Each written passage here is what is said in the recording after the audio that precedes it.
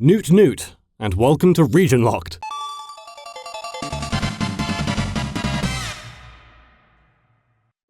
It isn't rare to see a children's series take hold internationally, particularly if language isn't a major factor. This is why series like Mr. Bean, a British show, can be appreciated regardless of whether you speak English or not. With the stop-motion series Pingu, all characters speak the made-up language of Pinguish.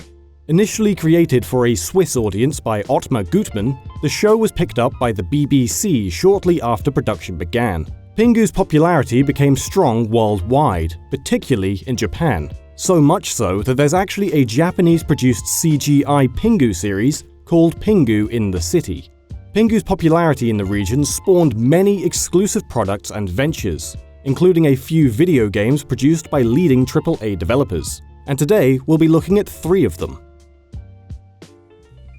Pingu's first dip into the video game market came in 1993 on the Game Boy, with the release of the Japanese exclusive Pingu, the most cheerful penguin in the world. Being one of the first games developed by Tom Create, the title was published by BI, a subsidiary of Bandai. The game lets the player live out Pingu's daily life. In a similar fashion to the television show, each level has Pingu perform different activities, with 4 levels in total. In level 1, having eaten all of the 1 fish in the igloo, Pingu is instructed to go out and catch 10 more. Good parenting. To do so, the player attaches bait to the line and lowers it down. Once a fish is hooked, they must then hit the A button as quickly as possible to bring the fish up to the surface. In level 2, Pingu takes his younger sister Pinga out, but as soon as he turns his back, she becomes stranded on a floating block of ice. Pingu must then jump between moving platforms to reach his sister. Level 3 sees Pingu accidentally breaking a vase. In an attempt to replace it, he goes to the shop, which has only a single vase for sale. The shopkeeper asks for a fish in return. Forgetting his fishing abilities from level 1, Pingu must score 3 points against each member of an ice hockey team 1 by 1 in order to win the fish. For level 4, we see Pingu bored and seeking attention from his mother. Busy with Pinga, she tells him to go out and find something else to do.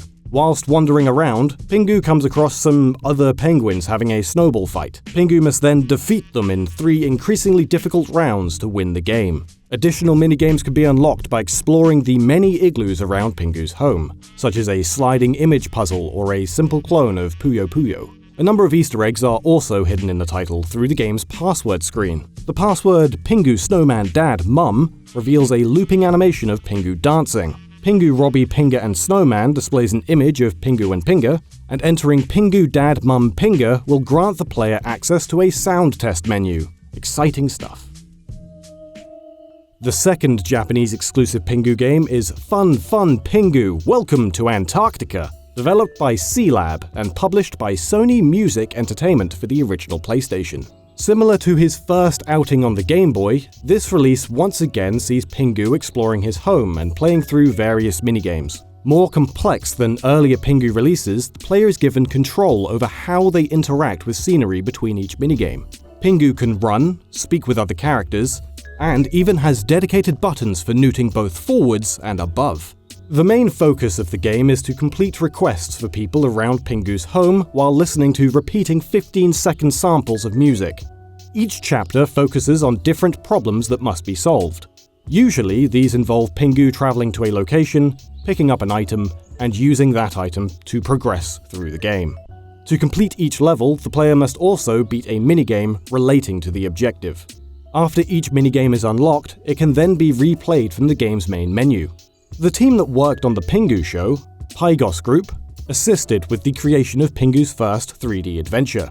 This would also be the only time that a character would be introduced in a Pingu game, Pop-Off, though he doesn't make any appearance outside of this title.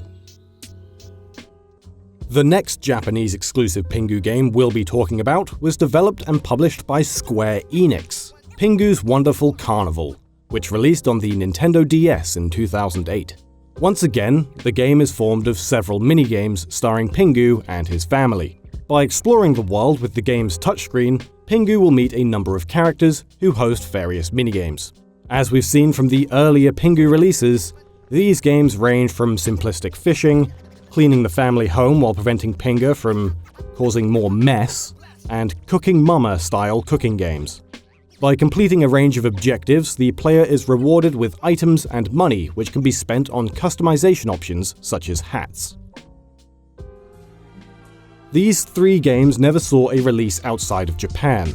While no specifics can be given as to why this is, complications with games following international franchises are, as we often say, nothing new. It's clear that the team behind Pingu saw promise in the Japanese region. Not only did the franchise have 3 exclusive games in Japan, but the region also had a series of PlayStation gamepads designed for children's hands with smaller grips, and various figures of characters on top of them. The 2008 release of Pingu on the Nintendo DS came after Square Enix announced plans to expand its operations. They created the Pure Dreams brand, focusing on character franchises. Pingu was the first in their launch lineup for this project, followed by a game based on Snoopy. These seem to be the only 2 games created for Pure Dreams, so it's likely the venture wasn't as fruitful as Square Enix had hoped, and doubt was cast upon how successful these titles would perform overseas. Thanks for newting. If you newted this episode, be sure to give it a newt and consider newtscribing to keep up with future newts. Special thanks to everybody who notified me about these games on Twitter. If you have any more suggestions for future episodes of Region Locked, be sure to send me a message at the VG Resource. Thanks for watching.